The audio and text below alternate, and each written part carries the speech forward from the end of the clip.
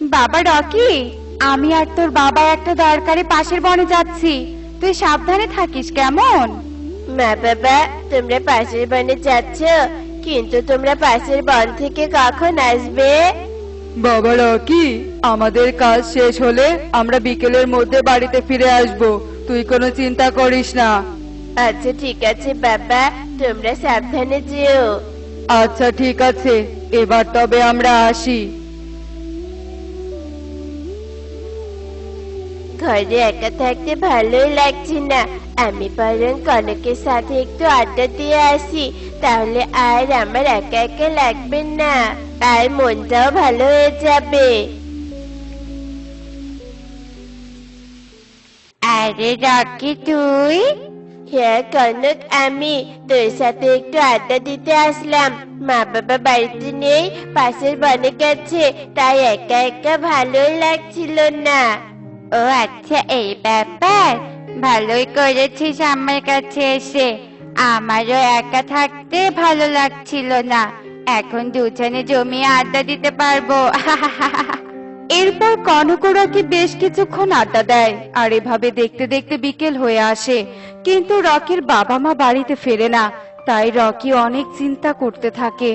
কি ব্যাপার, বিকেল হয়ে এলো, মা বাবা এখনো বাড়িতে আসছে না কেন? এবার যে মা বাবার জন্য আমার ভীষণ চিন্তা হচ্ছে, কি যে করি কিছুই যে বুঝতে পারছি না। আমি বরং আর কিছুক্ষণ অপেক্ষা করি, বাবা মা নিশ্চয়ই ফিরে আসবে। রকি যখন এসব কথা ভাবছিল, তখন বাইরে থেকে কেউ দরজা ধাক্কাচ্ছিল।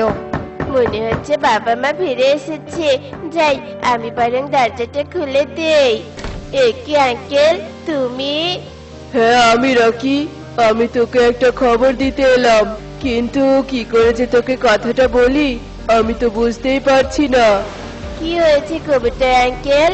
সেটা বলতে তোমার সংকোচ বোধ হচ্ছে, তুমি নির্দ্বিধায় বলতে পারো, আমি কিচ্ছু মনে করব না।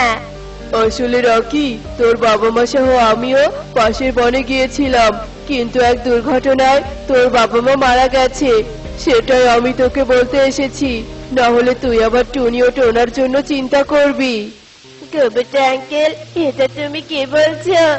বাবা মা মারা গেছে, এটা আমি কিছুতেই বিশ্বাস করতে পারছি না।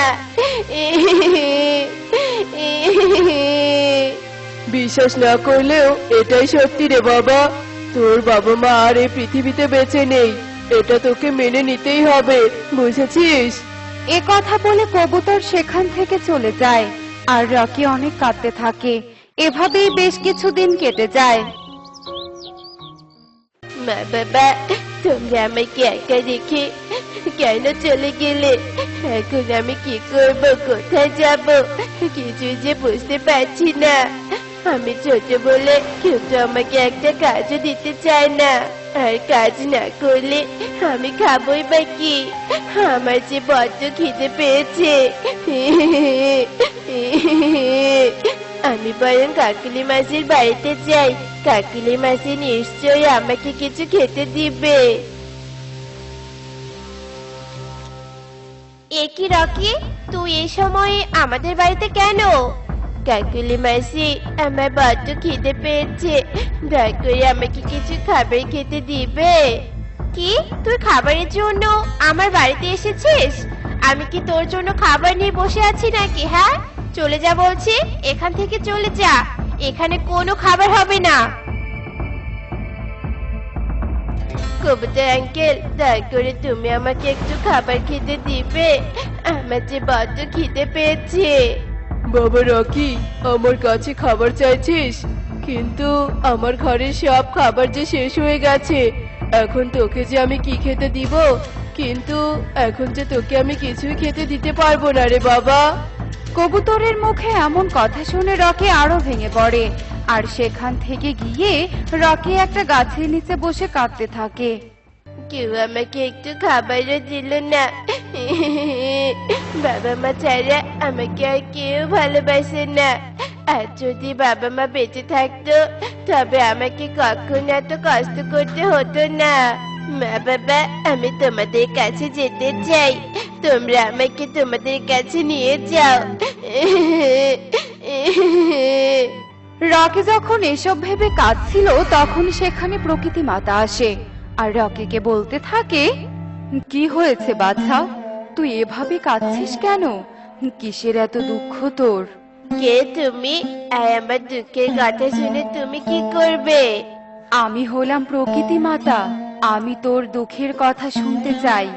এরপর রকি প্রকৃতি মাতাকে সব কথা খুলে বলে আর সব শুনে প্রকৃতি মাতা বলতে থাকে, আহারে, তোর তো দেখছি অনেক কষ্ট।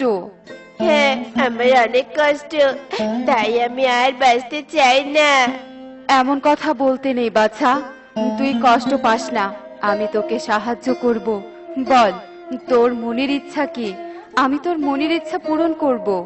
আমার টাকা নেই বলে কেউ আমাকে সাহায্য করে না, কেউ আমাকে ভালোবাসে না, তাই আমি তোমার কাছে এমন কিছু চাই যাতে আমার অনেক টাকা থাকে আর সবাই আমাকে দাম দেয়।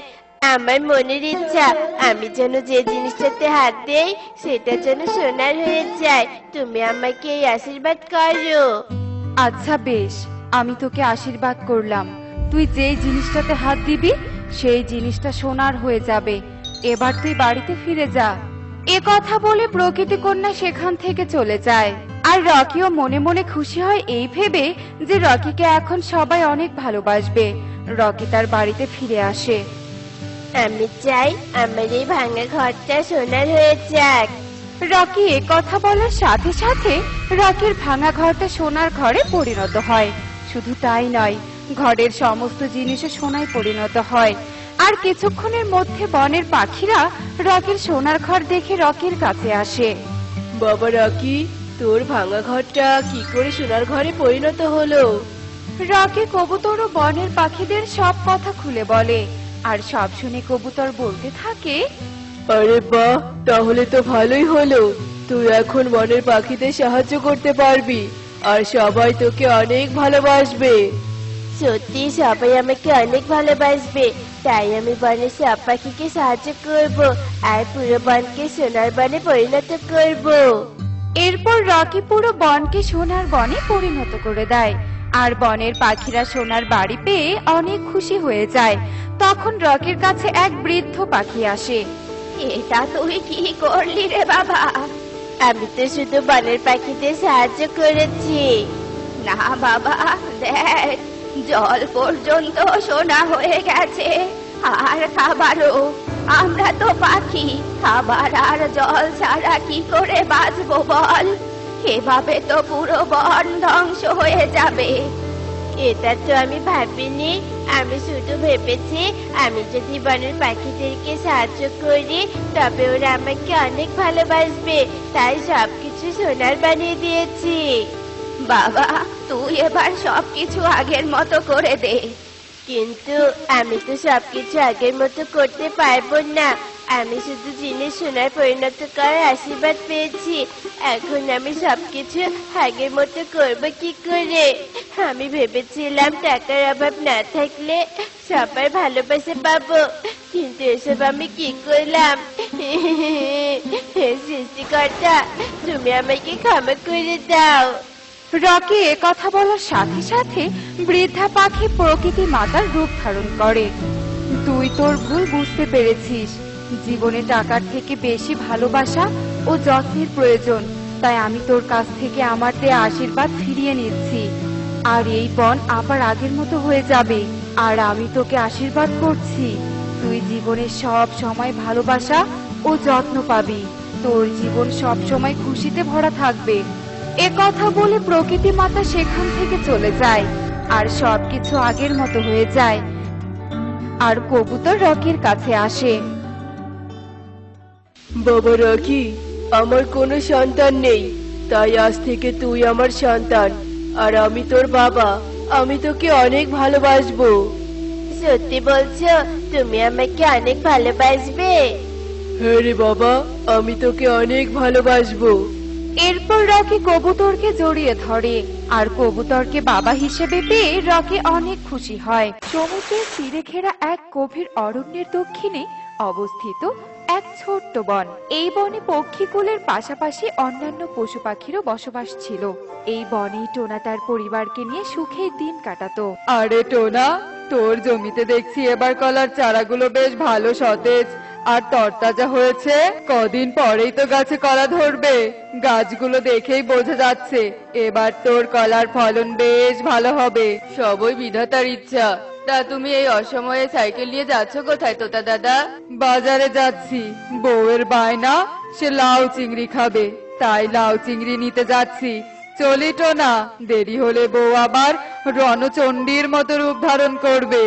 তোতা দাদা একটু দাঁড়াও, আমার জমির কাজ তো প্রায় শেষ।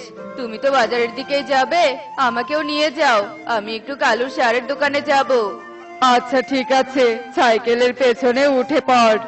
এরপর টোনা তোতার সাইকেলের পেছনে উঠে বসে আর তোতা টোনাকে কালুর দোকানে নামিয়ে দিয়ে বাজারের দিকে চলে যায়। আরে টোনা তুই, তা কি লাগবে তোর? আমাকে ইউরিয়া সার আর পটাশিয়াম সার দাও তো, প্যাকেট দিও কিন্তু। ও সার নিবি, দাঁড়া এনে দিচ্ছি। তা টোনা, এবার বুঝি তোর কলার বাগানে ফলন ভালো হয়েছে? হ্যাঁ, সে তোমাদের দোয়ায় এবার ফলন আগের থেকে বেশ ভালো হয়েছে। ভালো তো হবেই, তোর জমিটা তো একদম খাসা, রাস্তার ধারে, তারপর আবার সাঁটানো রোদও পায়, জমির মাটিও উর্বর, এমন জমির ফলন তো ভালো হবেই। এই নে তোর সারের প্যাকেট। এরপর টোনা ভালো করে সারের প্যাকেট দেখে বলে, কালু দাদা, এই সারগুলোর তো মেয়াদ উত্তীর্ণ হয়ে গেছে, এগুলো জমিতে দেয়া যাবে না। এই টোনাটা বড্ড চালাক, ভাবলাম এর ঘাড়ে এই নষ্ট সারগুলো গছিয়ে দিব, তা নয় ধরে ফেললো। কি, এগুলোর মেয়াদ নেই? আমি তো খেয়ালই করিনি। দে দে প্যাকেটগুলো দে, আমি তোকে ভালো প্যাকেট দিচ্ছি। আর শোনো, এইসব মেয়াদ উত্তীর্ণ সার বড় পুকুরে ফেলে দিয়ে এসো। মেয়াদ উত্তীর্ণ সব জিনিসই পরবর্তীতে বিষ হয়ে যায়, সততার সাথে সব সময় ব্যবসা করতে হয়, বুঝেছো? বুঝেছি রে, এই নে এগুলো ভালো সারের প্যাকেট। এরপর ভালো সারের প্যাকেট নিয়ে টোনা চলে যায় আর এদিকে কালু রাগে ফুঁসতে থাকে। এ কি, ভালো আকাশটা হঠাৎ কালো মেঘে ছেয়ে গেছে, দেখে তো মনে হচ্ছে এক্ষুনি ঝড় উঠবে। ঝড় বৃষ্টির আগেই সার নিয়ে বাড়িতে ফিরতে হবে। টোনা দ্রুত উড়ে বাড়ির দিকেই যাচ্ছিল, কিন্তু মাঝপথে যেতেই প্রচন্ড বেগে বাতাস বইতে শুরু করে আর সাথে শুরু হয় প্রবল বৃষ্টি। এই দুর্যোগের সময় আর সামনের দিকে যাওয়া ঠিক হবে না, সামনের ওই বটগাছটার নিচে আশ্রয় নেই। এরপর টোনা ওই বটগাছের নিচে আশ্রয় নেয়। বাইরে তো অনেক বাতাস বইছে, নিশ্চয়ই গাছের নিচে অনেক আম পড়েছে। যাই, আমগুলো কুড়িয়ে নিয়ে আসি। একে এত ঝড় বৃষ্টি হচ্ছে আর গাছের নিচে একটা আমও পড়েনি, আমার ভাগ্যটাই খারাপ। একে দূরে ওটা কি পড়ে আছে? এটা তো একটা মাদুর, এটা কি জাদুর মাদুর? টুকি মাদুরে উঠে দাঁড়াতেই জাদু মাদুরটি উড়ে তাকে মেঘের রাজ্যে নিয়ে যায়। মেঘের রাজ্যে এসে টুকি তো ভীষণ খুশি হয়। কি সুন্দর মেঘের রাজ্য!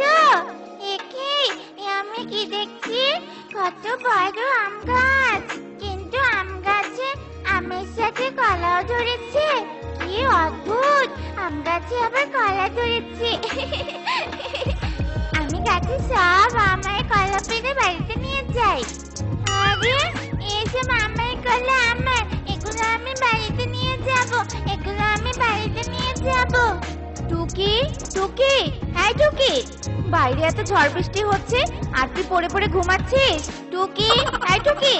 টনিটাকে টুকির ঘুম ভেঙে যায় আর সে নিজেকে বিছানায় দেখে বলে, তবে এতক্ষণ আমি স্বপ্ন দেখেছি। তুই এখানে শুয়ে শুয়ে স্বপ্ন দেখছিস আর আমি চিন্তায় শেষ হয়ে যাচ্ছি। তোর বাবা এখনো ঘরে ফেরেনি, চল তোর বাবাকে খুঁজতে যেতে হবে। হে কি, তোমার কি হয়েছে? অটো নিয়ে ফেরার সময় দেখি টোনা একটা ডালের নিচে পড়ে চিৎকার করছে, তাই তো তাকে উদ্ধার করে এখানে নিয়ে এলাম। টোনা ডানায় ও পায়ে আঘাত পেয়েছে, ওর এখন বিশ্রামের প্রয়োজন।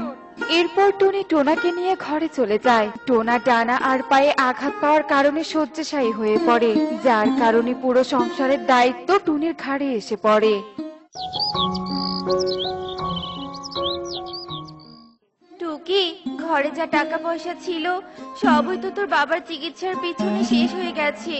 তাই ভাবছি আমি এবার জমির কলা বাগানের হাল ধরবো। চল টুকিমা, কলা বাগানে যাই। টোনার অসুস্থতার জন্য তো জমিতে যাওয়াই হয়নি।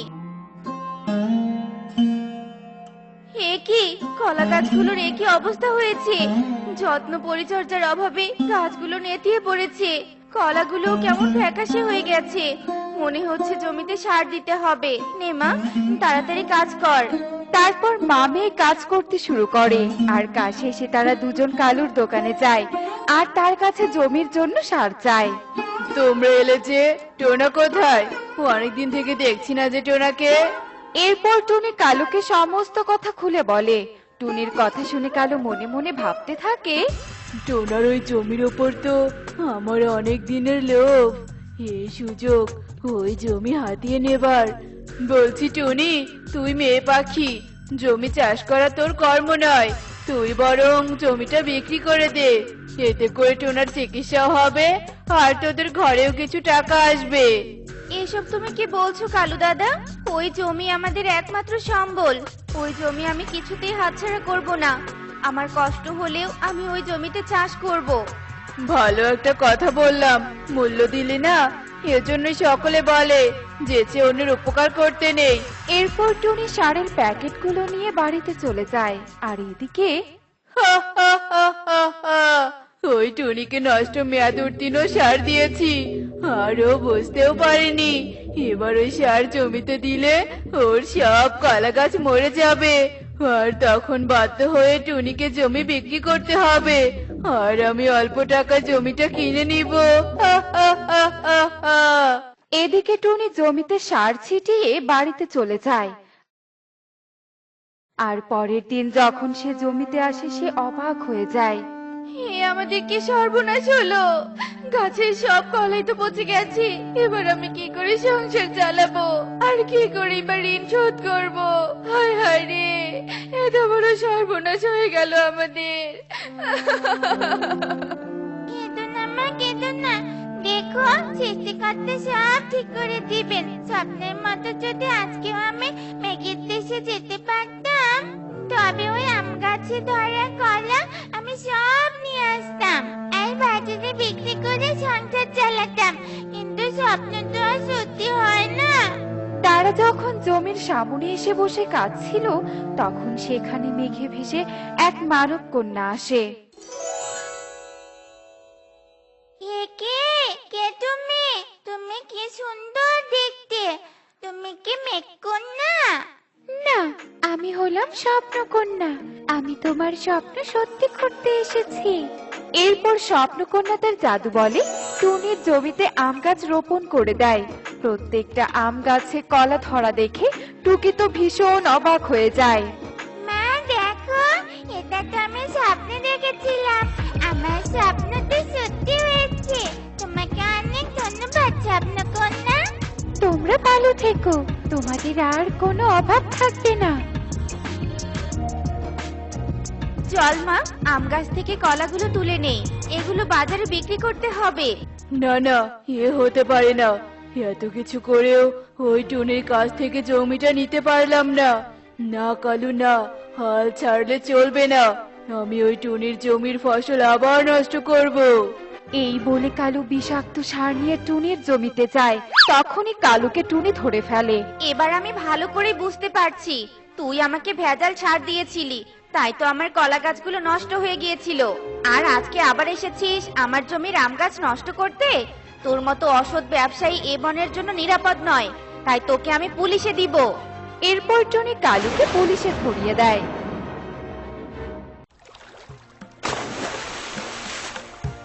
দেখলে তো বন্ধুরা, অন্যের ক্ষতি করে কখনোই পার পাওয়া যায় না। একদিন না একদিন তার শাস্তি ঠিকই পেতে হয়। এমনই সব মজার মজার শিক্ষণীয় টুনি পাখির গল্প দেখতে আমাদের পাশেই থেকো।